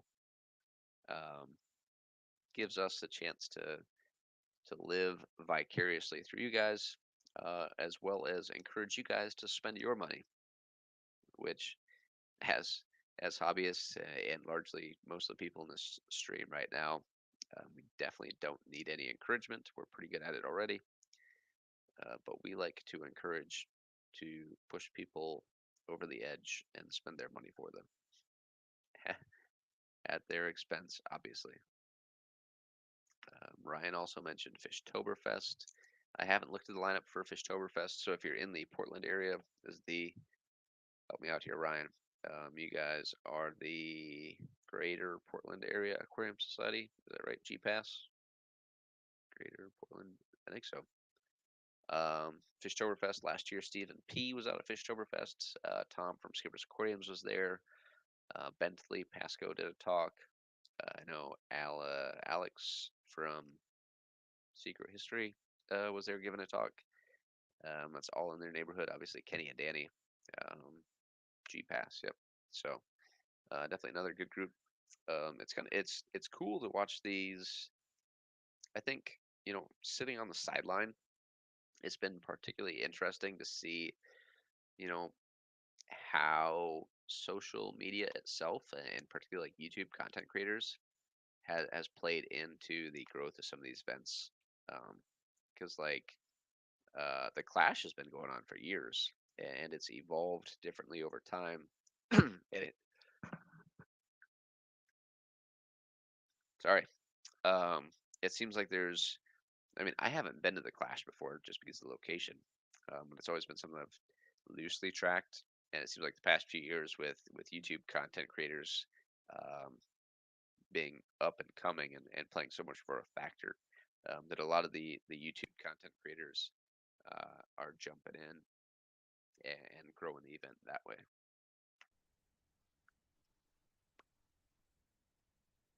What up? Ian, what's up, guy? Hey, how's it going, Mike? Good. How you been? Good, good. What's new? Is this Just the cichlid tank that you were talking about earlier? yeah, Awesome. That's what, 60 or 65 gallons? it's a 65. It's the same dimension as a 75, just a little shorter. It's only 17 inches tall. Okay, cool. And Steven mentioned that Fish Fam's about 50% of the Clash now. So funny to see how audiences change Nice. and grow and evolve a little bit differently. I know uh, from what I saw, it seemed like there were a lot of people flying in or traveling to get to the Clash, and then Fishtoberfest over in the Portland area last year had a lot of content creator, fish tube type folks attend from the looks of it. That's cool to see. Yeah, So, are you we getting need more. involved in Fishtoberfest much this year? Oops. There will be some fish tubers, but I don't think like the main people attending are fish tubers. But Alex will still be there. Crap, I need to look at the lineup because I forget. Okay. But I Are know they Alex is. seemed like last year, I was surprised. It kind of sounded like the uh, the attendance was a little bit maybe down for the amount of work and kind of resources that went into it, which is kind of sad to see, I think. It was still like it wasn't as big as the first year. Whoa, there goes a cord.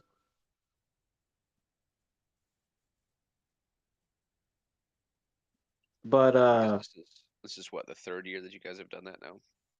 yep, this is the third year, Okay.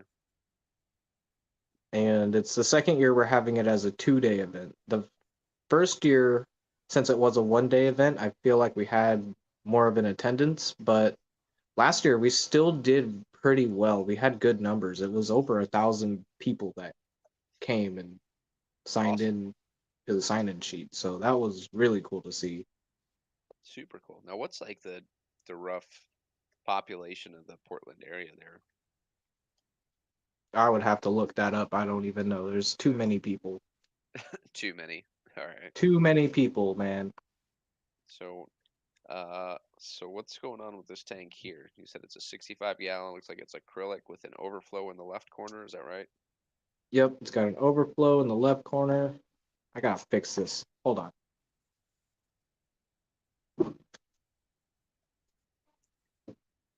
Ooh, I do need some mead to wet my whistle. Unfortunately, sitting alert up here does not allow for that. Sadly, I do like me some mead though. So yeah, it's got a overflow. Still need to drill out the bottom of the stand because I reinforced it, but I just gotta pop the tank off. This is kind of the look I'm going for. It's not finalized yet, but and then it's got the return over there. It has a custom acrylic sump that's really big. And I'm thinking about putting a filter roller on it, if possible. I'm really liking having a Euro brace though. It's the first time I've had a Euro brace, and I like having to be able to just kind of set stuff on it, put my arm on it, lean on it. Yeah, awesome. Is this so you have a couple other acrylic tanks too, though, right? Oh yeah, I've got another tank over there, reef tank over there. On the other side, it's a mess, so I'm not really gonna like show off my mess. But I've got the Right. flower horn tank, a 20-gallon, used to be high tech CO2 injected planted tank. Now it's like just running by a sponge filter, and it's chugging along great. Laganandra took a bit of a hit, but the Cryptnarii, all my Bucephalandra, even the Skeleton King Bucephalandra is doing fine. Awesome. I've got the Bosemani rainbow fish, my festivums. I got banded gudgeons from Kenny E, little babies from him. Super cool. That's stuff that he's bred then. Yeah, he The bred gudgeon his sleeve. banded gudgeons from Dan's Fish. Cool. And I also still have my Xenotoka Diadrii from San Marcos. Super cool fish. It's I don't know. I feel like some of the Goodyead types are finally starting to catch on a little bit. It seems like most have been around for a while. Um, Steven said he Euro braced the 90 plus a center brace and a rim. Paranoia for the win, guy. Man, this is also a hand built acrylic tank, and it's a hand built acrylic sump You that say was it looks. running at one of the fish stores around here. It was her display tank. Oh, really? I would say it looks pretty thick and fairly well built from what I can tell. So, what's your plan for the sump on that 65? Like as far as what you're gonna put in there and Mm. So the sump, I'm gonna go a little high tech with it. I'm thinking about putting a roller mat, the Clarisy uh, SK 3000, the Gen 3, okay. and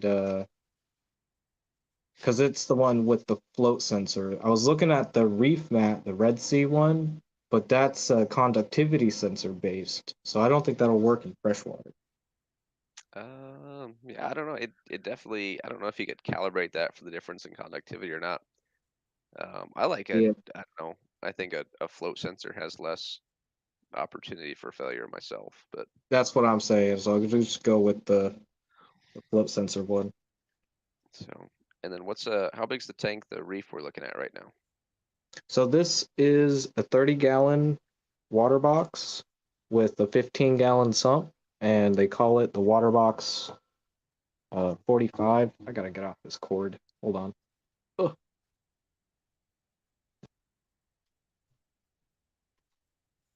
13% on the battery. So Well, Valve. we'll probably roll this for another 15 minutes and then we'll call it a day. I think 2 hours is enough babbling for me for a Sunday before we ruin everybody's weekend. And my sump is loud, but yeah, simple. It's just a protein skimmer. Got a built-in auto top off, which I gotta fill up. And in the return chamber, I just have a float sensor. There's a auto top off and a pH probe and a temperature probe. Okay. How often do you have to refill your ATO? Every 3 days. Okay. It's That's probably severely undersized. that was probably like a gallon or two size reservoir then, or It's a 2-gallon reservoir. I'm thinking okay. about putting like a little 5-gallon bucket right here. That wouldn't be too bad. But this tank, I also have a float valve for it, and it's going to have a gravity fed uh, auto top off. But only because Okay. my return chamber is so big, I can fit a float valve in for an auto top off. The return chamber in this tank is way too small. The return pump barely fits.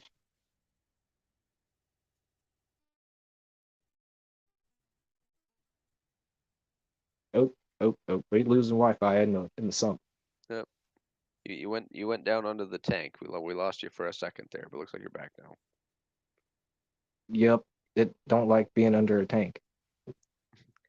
What are you But running for a return pump on that tank? so this is running a Hydor 700. So it's rated at like 650 gallons per hour. And I'm running it at 100% right now Okay. with dual Then RFGs. what's that for lights?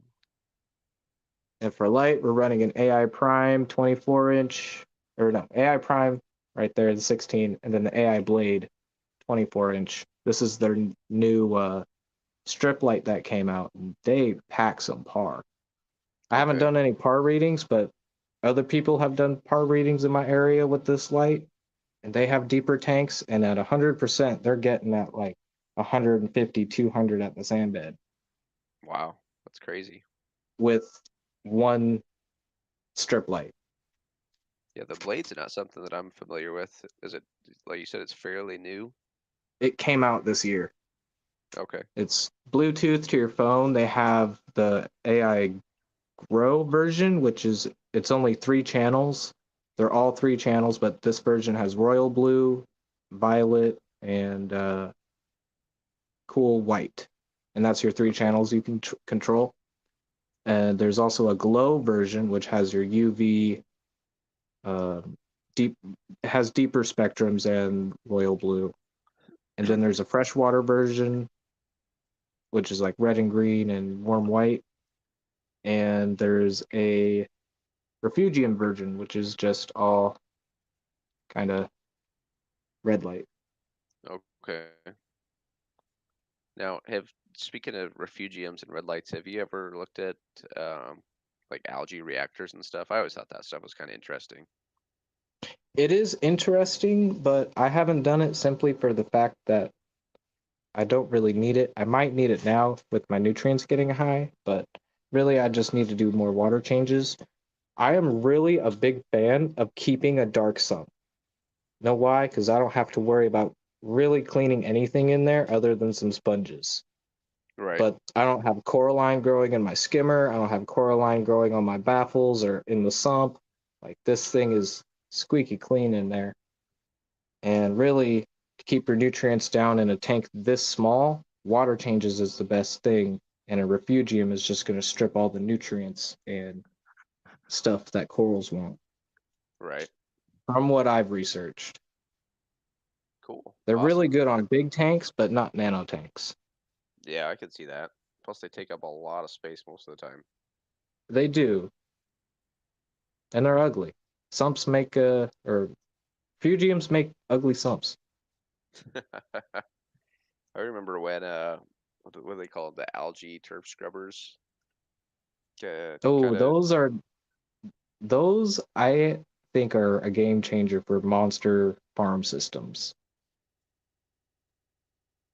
because they're able to pinpoint how much they're removing to how much nutrient control they can in like multiple 1,000 gallon systems.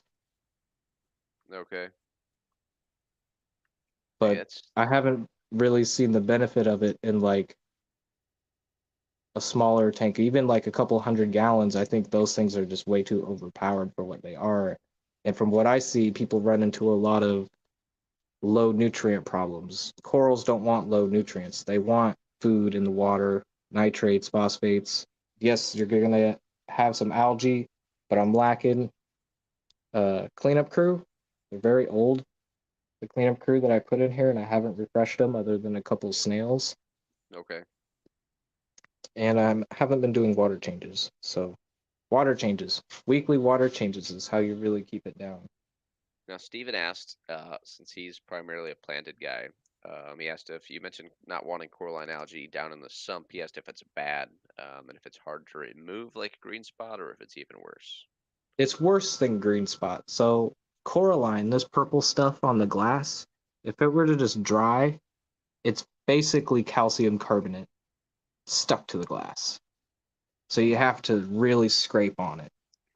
And so, like, you can see a lot of this in here was coralline at some point, but it's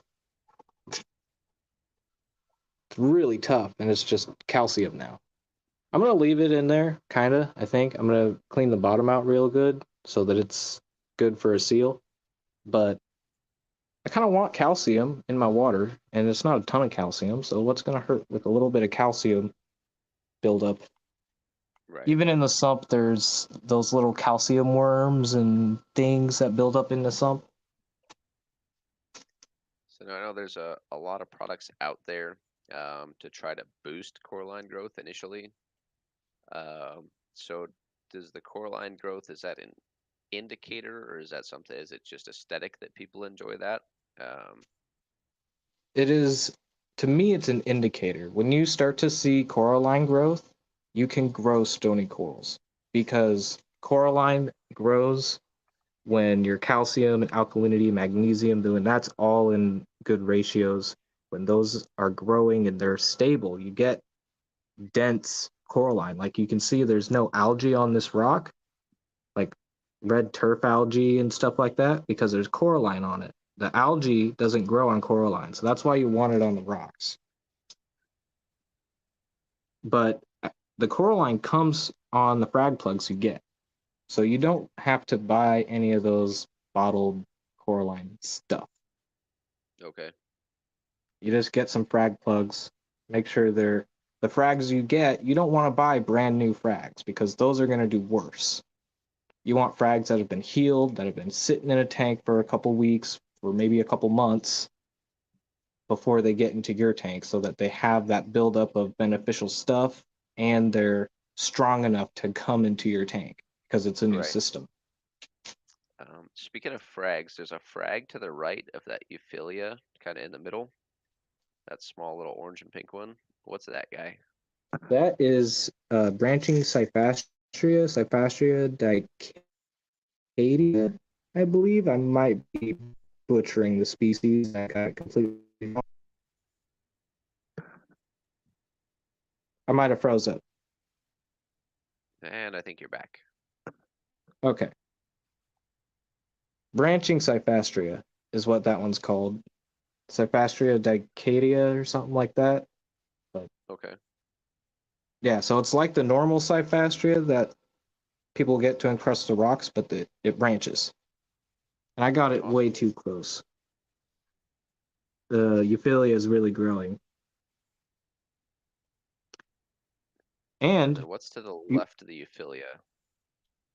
to the left, The big one in the back. that is a toxic splatter hammer, is what they call it. This one's a bicolor hammer, and that is a frog spawn. So they're all the same genus, and they're not actually called Euphilia anymore. I don't know if you knew that. Oh, really? They're Fimbriophilia, and Oh, torches are true Euphilia. okay. So the longer tentacled is more like the Euphilia type. Yeah, it's weird. Some people, it's just taxonomic names. You know how they change it up in the cichlids? It's happening in coral too. Okay. So, like, do you know Suspicularia? I've It's like a heard of it. I really couldn't tell you which common one. soft coral, Okay. but it's no longer called Suspicularia. What'd they change it to? I have no idea. Uh, Toxic Splatter Hammer was Rico's nickname in college, apparently. Well done, Zen. Well done. And then it looks like you might have some Blastos in there. No Blastos. I have a true Acan, Okay, um, ACATs. Acanthastria. What's the species? Oh my god. I'm blanking on the name, but they're not the Micromusa lordhoensis. They're Acanthastria. I forget. Okay. But these are a Bowerbanki and a Lobophilia, a very sad Alveopora. This is a bubble Okay, bubble that's what I coral. thought it was. That is a Jason Fox limelight hydnophora. There's a Favia, Zoes. That big green man. I should have thrown on my lens. My big green thing right there is a Lithophyllon. That's a Chalice, Acropora, and Stylophora. And over here, this is a short polyp green Okay, Goniophora. cool. Now, are they still? I haven't actually kept corals much for a while, so I haven't looked at them too much. But for a while back, there was kind of a fad starting where they were grafting like chalices and montes, Oh like yeah, one chalice with another and a monte with a different color. Are they still doing that? Or yeah. Some farms are doing that, but it's like really specific. That it's not just random. So they're okay, only doing like the same genus, and they're like taking it very seriously by getting genetic codes from scientists or getting them samples so they can get the codes to match them up and splicing them. And they're coming out with some crazy spliced corals. awesome. That's super cool. But yeah, I like the old school stuff like Stylophoras and Bali Green Slimer. This is a kryptonite candy cane and another candy cane, some mushrooms. There's not a whole lot of crazy stuff in here. It's just Yeah, kind of old school stuff that's been in aquaculture a long, long time. right. No, I Not a dig it. lot of wild corals.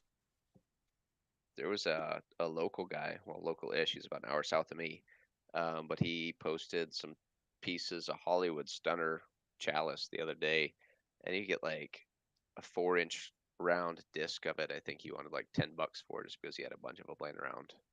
Oh yeah, that's a cool coral, the Hollywood Stunner.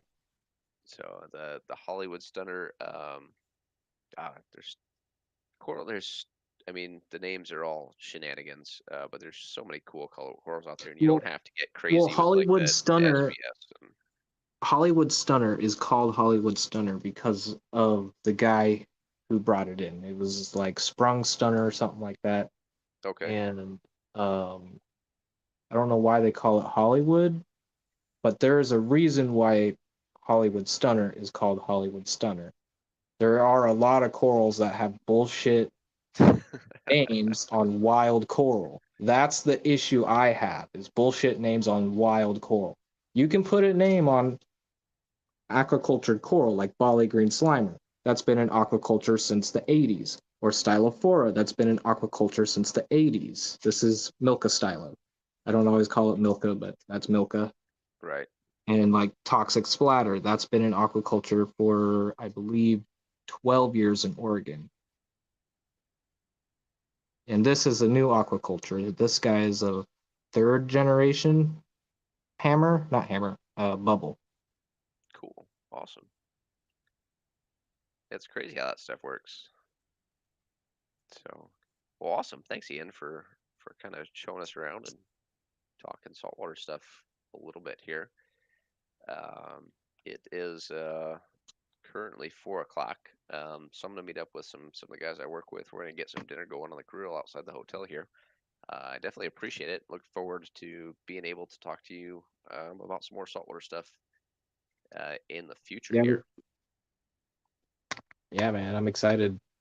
So it'll be fun. Talking to you about it gets me excited about actually getting the BioCube fixed up so I can make it a thing again. So thanks again, Gotta man. do it. We're gonna get it. Everybody else in the stream, thanks for stopping by. Pleasure hanging out with you all. And Zen, if you'd show up to the stream on time, you'd know that I'd said I was in Alaska. But anyway, it's been a couple hours, good time hanging out with you guys, and I look forward. I'm gonna talk to some of the salty folks, and we're gonna get a salty stream together. So maybe you guys are interested in that, maybe not, but we're gonna have fun with it either way. And I'm gonna see if I can pick these guys' brains and learn some new stuff. So that'll be it for today. Thanks, guys. Have a good one. We'll catch you later. Bye.